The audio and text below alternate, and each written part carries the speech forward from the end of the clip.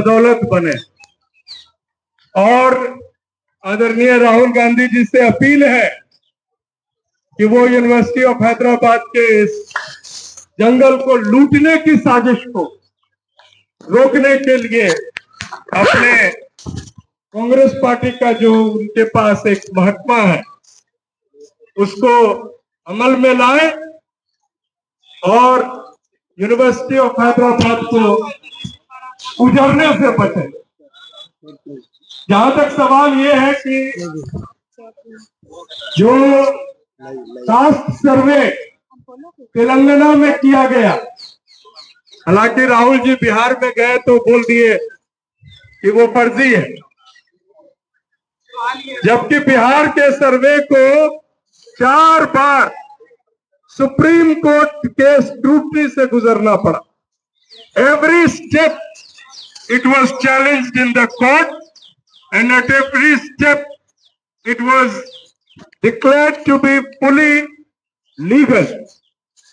संसद के पारित प्रस्ताव और कानून के अनुसार उन्होंने की, लेकिन तेलंगाना में जो कास्ट सर्वे आया उसमें से लगभग 22 लाख बैकवर्ड क्लासेस की कमी दिखाई, 16 लाख ओसीज जो है उसमें बढ़ोतरी हुई। बावजूद इसके उसको भेजा गया है सेंट्रल गवर्नमेंट को और साथ में ये कहा गया है कि इसको 9th शेड्यूल में डालें। मैं समझ रहा हूं कि 9th शेड्यूल में इसको डालने के लिए कल एक इसी जगह जंतर मंतर पर एक सभा है तेलंगाना के लोगों की, जिसमें कांग्रेस पार्टी के अध्यक्ष राहुल गांधी के भी शामिल होने की खबर है। मैं समझता हूं कि इसको खानापुरी न किया जाए। यह तय है कि भारतीय जनता पार्टी और आरएसएस जो कि तमाम ओबीसी के आरक्षण को केंद्र में समाप्त कर रही है, उसको यूनिलैटरली, इलीगली, अनकॉन्स्टिट्यूशनली ईडब्ल्यूएस में परिवर्तित कर रही है। उसके जो परसेंटेज है उस परसेंटेज के हिसाब से उसमें जो दिया जाना चाहिए वो नहीं दे रही है। National commission of backward classes का गठन नहीं हुआ है, 3 साल हो गए, सिर्फ अध्यक्ष अपॉइंटेड है। National commission for scheduled caste and scheduled tribe defunct है, कोई काम उसको करने नहीं दे रही है सरकार, आरएसएस। और तमाम जो जुडिशरी के मामले हैं वो पहले फाइल जाती है आरएसएस ऑफिस, और तब जो अटॉर्नी जनरल है उसमें देखते हैं कि किसको चुनौती दे और किसको नहीं दे। कल परसों 2-3 दिन पहले एक ही मैटर था, इमरान प्रतापगढ़ी का मैटर था, डॉक्टर रतनलाल का मैटर था सुप्रीम कोर्ट में। भावना आहत का 294 सेक्शन एंड 195 या ऐसे ही कुछ सेक्शन है, I might be wrong, but section is भावना आहत हो गया तो। और उस सेक्शन में जहां इमरान प्रतापगढ़ी को रिलीफ दिया गया, डॉक्टर रतनलाल के मामले में उनके पिटीशन को डिसमिस कर दिया गया। एंड व्हाट, और जज किस चीज को कोट कर रहे हैं? शिव पुराण को कोट कर रहे हैं अपने जजमेंट में, जबकि उनको बेल जो मिला था 30,000 कोर्ट में, जो जुडिशियल मजिस्ट्रेट ने बेल दिया था, 2-3 पन्नों का वो ऑर्डर है, उसमें उन्होंने बहुत ही इलेबोरेटली कॉन्स्टिट्यूशन को रेफर किया था। लेकिन सुप्रीम कोर्ट और हाई कोर्ट में शिव पुराण और विष्णु पुराण के आधार पर जजमेंट हो रहा है। यानी कि राहुल जी जो संविधान लेकर घूम रहे हैं और कह रहे हैं कि उसकी रक्षा करेंगे, उसके पन्ने जो हैं तार तार हो गए। All the pages of that constitution which Shri Rahul Gandhi is showing us has been torn apart by BJP RSS. But have the opposition parties come on road? क्या विपक्ष एक भी मुद्दे पर चाहे वो जाति जनगणना हो. There is a demand today on holding caste census along with every states caste survey.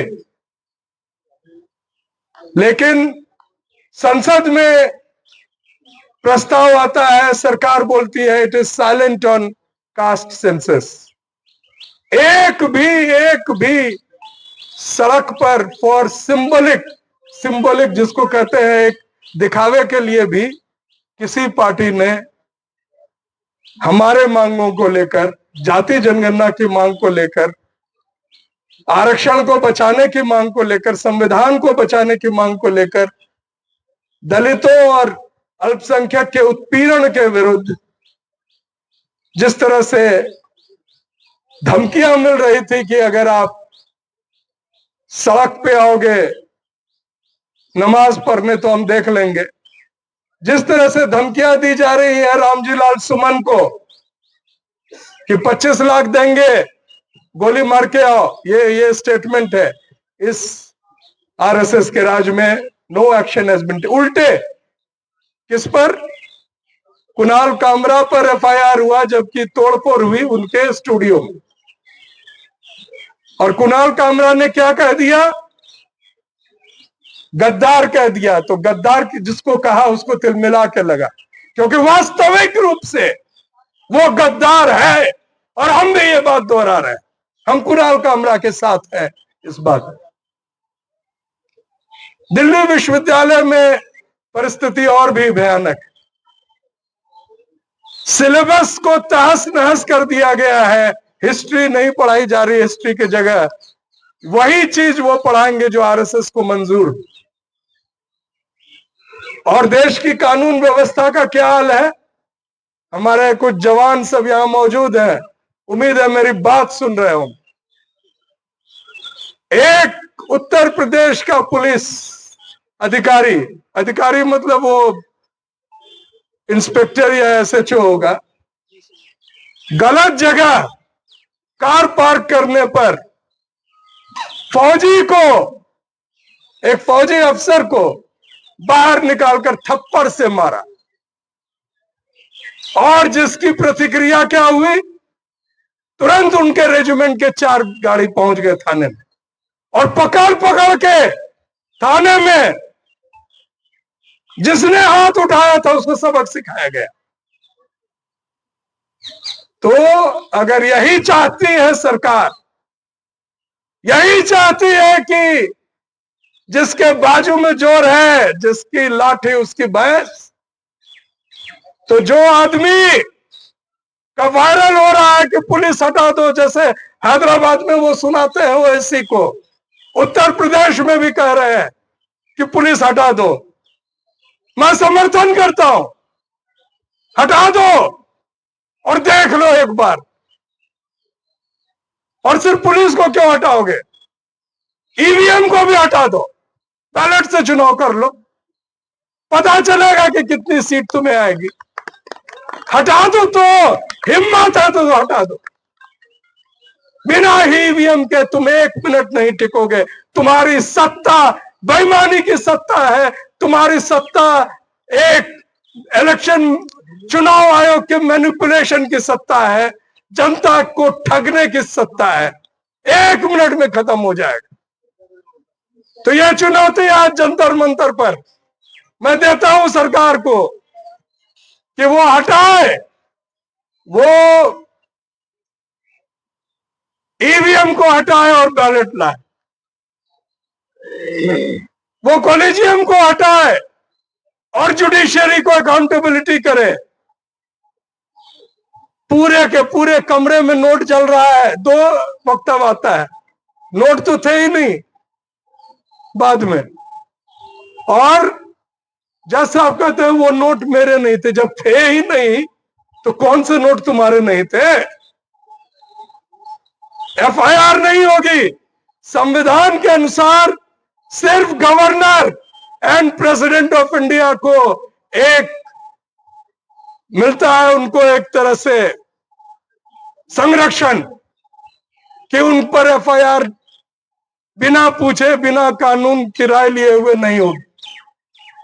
लेकिन एक जज के क्रिमिनल एक्टिविटी को भी कहा सुप्रीम कोर्ट ने, क्योंकि चीफ जस्टिस ने परमिशन ही नहीं दिया कि एफआईआर नहीं होगी। That was a criminal act, वो उनके जजमेंट से रिलेटेड नहीं था। तो कल वो पिस्तौल लेकर किसी को गोली मार दे तो भी आप कहेंगे no FIR because he is जज। तो संविधान को तार तार किया जा रहा है। राहुल जी, अखिलेश जी और तेजस्वी जी को एक संदेश में खास तौर से देना चाहूंगा। आप जिस तरह से समझ रहे हैं चुनाव अब वैसे नहीं होता है। चुनाव ईवीएम से होता है। चुनाव में लोगों के वोट काट कर होता है। चुनाव में वोट डालने से रोकने के लिए तैयार पुलिस वालों के साथ होता है। चुनाव में वोट की गिनती में गड़बड़ी होती है और तमाम ऐसे वर्ग, वो नहीं है कि 51% वोट मिला आप जीत जाएंगे। जैसे बंगाल में हुआ, तमिलनाडु में हुआ, पंजाब में हुआ, एक बड़े वोट को आपको लेना होगा तेजस्वी जी, तब आप टिक पाइएगा। नहीं तो बुलावे में मत रहिए कि ये बिहार है और हम उड़ती चिड़िया को हल्दी लगा देंगे। हल्दी तो लोकसभा में किसको लगा वो हम सब लोगों ने देख लिया। तो मेरे तेलंगाना के जो ताकतवर साथी हमारे रामकृष्णन जी हैं, संजय जी और सिद्धेश्वर जी जो है, और भी हमारे साथी हैं, इन्होंने 8 दिन 10 दिन तक भूख हड़ताल की थी। तब जाकर सरकार पर एक दबाव बना था। लेकिन दुख की बात थी कि कांग्रेस पार्टी का एक वार्ड कमिश्नर भी नहीं आए थे इनको देख। हम तो इनके साथ खड़े थे। हम ही नहीं, देश के तमाम ऐसे न्याय पसंद लोग, संविधान को बचाने वाले लोग, जो लोग ये समझते हैं कि देश में सभी लोगों को अधिकार है, सभी लोगों का ये देश है, किसी एक आदमी का नहीं कि किसी को कहा जाएगा कि तुम पाकिस्तान चले जाओ और तुम यहां चले जाओ। उन लोगों ने साथ दिया और ऐसे ही लोगों का साथ इकट्ठा होकर फिर से हो कि सरकार दबाव में आए। संसद में बात नहीं बनेगी राहुल जी, संसद में बात नहीं बनेगी रेवंत रेड्डी जी। आपको अपनी ताकत जंतर मंतर पर दिखाना होगा, सड़कों पे दिखाना होगा, तब जाकर कहीं 9th शेड्यूल की चर्चा भी होगी। नहीं तो ये चर्चा भी नहीं होगी, इसको डस्टबिन में फेंक दिया जाए। मैं शुक्रगुजार हूं कि आप तेलंगाना से आकर एक संघर्ष कर रहे हैं। दिल्ली में जंतर मंतर में बहुत सारी दिक्कतों के साथ मैंने एक निवेदन किया था कि वो तेलंगाना वाला इंडेफिनिट हंगर स्ट्राइक ना करें। आप अपनी ताकत को बचा के रखें, लोगों को इकट्ठा करें। हमारे लोग जागरूक नहीं है। हमारे लोग मंदिर में जाकर तुरंत घंटी बजाने लगते हैं, तुरंत जो है वो कोई ना कोई उसको बुलावा दे देता है, तो वो साहब जो है, जो उनके बड़े साहब है अडानी साहब, उनके फेंके हुए टुकड़ों पर कुछ पूंछ हिलाने लगते हैं। तो हम लोगों को अपनी ताकत को बचाकर, जितने भी लोग हम लोग हैं, एक साथ लड़ना होगा। मैं पुनः आपको अपना समर्थन, दिल्ली विश्वविद्यालय के तमाम ऐसे शिक्षकों और छात्रों का समर्थन, देश के तमाम बैकवर्ड क्लास, जिस विरासत को लेकर मैं यहाँ हूँ, मंडल जी की विरासत, उसके तहत भी पूरे देश के बैकवर्ड क्लास लोगों की सहभागिता और सहयोग को मैं अपील करता हूं कि आपको मिले। इसी निवेदन के साथ जय संविधान।